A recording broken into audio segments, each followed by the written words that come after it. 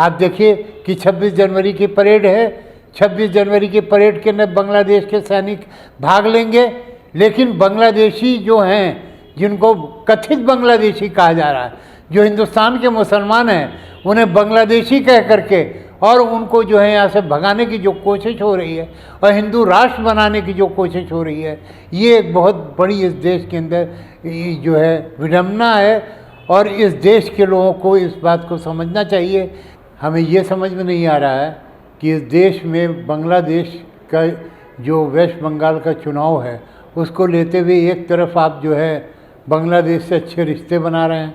बांग्लादेश के सैनिकों को 26 जनवरी की परेड में ला रहे हैं, और एक तरफ पूरे देश से ये कहा जा रहा है कि बांग्लादेशियों को इस देश से खदेड़ दिया जाएगा। मैं SM आसिफ हिंदवाज से।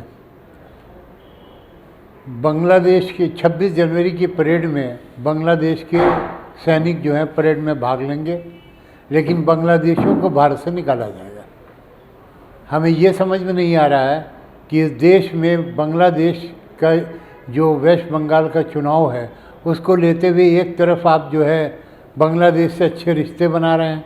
बांग्लादेश के सैनिकों को 26 जनवरी की परेड में ला रहे हैं, और एक तरफ पूरे देश से ये कहा जा रहा है कि बांग्लादेशियों को इस देश से खदेड़ दिया जाएगा। तो ये दो तरह की पॉलिसी जो है सरकार की, ये जो है देश के अंदर जो है एक जो बंगाल का चुनाव है उसके लिए एक बहुत बड़ी सब्जेक्ट लेकर के आ रहे हैं। आज देखिए कि बांग्लादेश के अंदर जो बांग्लादेशी लोग हैं, जो वेस्ट बंगाल के लोग हैं, वो उनके साथ जो है कम्युनलिज्म की बात की जा रही है। आज पूरे बंगाल के अंदर जिस तरह से कम्युनलिज्म को फैलाया जा रहा है, जिस तरीके से किया जा रहा है, ममता बनर्जी जिस तरीके से कह रही हैं कि हम जो हैं मुसलमानों के साथ जो है न्याय दिलाएंगे, लेकिन सवाल है कि जो भारत सरकार है और जो बीजेपी की सरकार है, वो इस देश के अंदर जो है वो ये चाहती है कि हिंदुस्तान में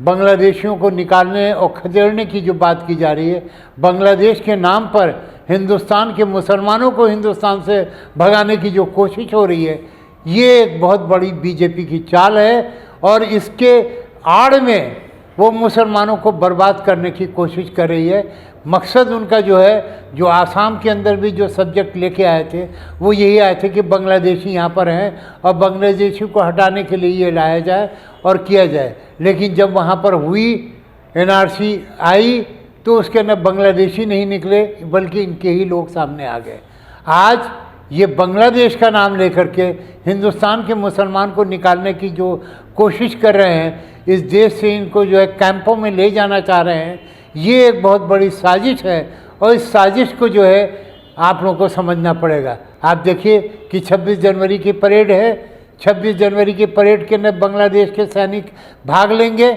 लेकिन बांग्लादेशी जो हैं, जिनको कथित बांग्लादेशी कहा जा रहा है, जो हिंदुस्तान के मुसलमान हैं, उन्हें बांग्लादेशी कह करके और उनको जो है यहाँ से भगाने की जो कोशिश हो रही है और हिंदू राष्ट्र बनाने की जो कोशिश हो रही है, ये एक बहुत बड़ी इस देश के अंदर जो है विडंबना है। और इस देश के लोगों को इस बात को समझना चाहिए कि आज हम किस तरीके से इन चीज़ों से निपट सकते हैं और आगे बढ़ सकते हैं। और 26 जनवरी की परेड में एक और ख़ासियत है कि 26 जनवरी में भारत को हिंदू राष्ट्र घोषित करने की बात जो सामने आ रही है कि 26 जनवरी के परेड में राम जन्म भूमि का जो मंदिर बन रहा है, उसकी झांकी भी इसमें पेश की जाएगी। इससे ये प्रतीक होता है कि भारत को सेकुलर से बना करके हिंदू राष्ट्र बनाने की जो साजिश उन्होंने रची है सरकार ने, यही कर रहे हैं वो कि 26 जनवरी में ये दिखाना चाहते हैं कि भारत अब हिंदू राष्ट्र है और हिंदू राष्ट्र की तरफ आगे बढ़ रहा है। और ये 26 जनवरी की झांकी में यही ये कहना चाह रहे हैं। देखिए, जो आज बात है कि देश में बीमारी है और कोरोना होते हुए भी 26 जनवरी की परेड हो रही है, भारत आज़ादी की अपनी सालगिरह मना रहा है। और इस वक्त आज़ाद भारत के अंदर जिसमें सबने मिल कर के हिंदुस्तान को आज़ाद दिलाई, हिंदू मुसलमान सिख ईसाई, उसमें आज जो है लोगों को धर्मों में बांटा जा रहा है। सिखों को बांटा जा रहा है, मुसलमानों को बांटा जा रहा है। और इस देश के अंदर जो बीजेपी की साजिश है वो हिंदू वोट को यूनाइट करने के लिए इस तरह की कहानी करके इस देश को बर्बाद करने की कोशिश कर रही है। यहीं पर हम आपसे विदा लेते हैं, अगले एपिसोड में फिर आपसे मिलेंगे।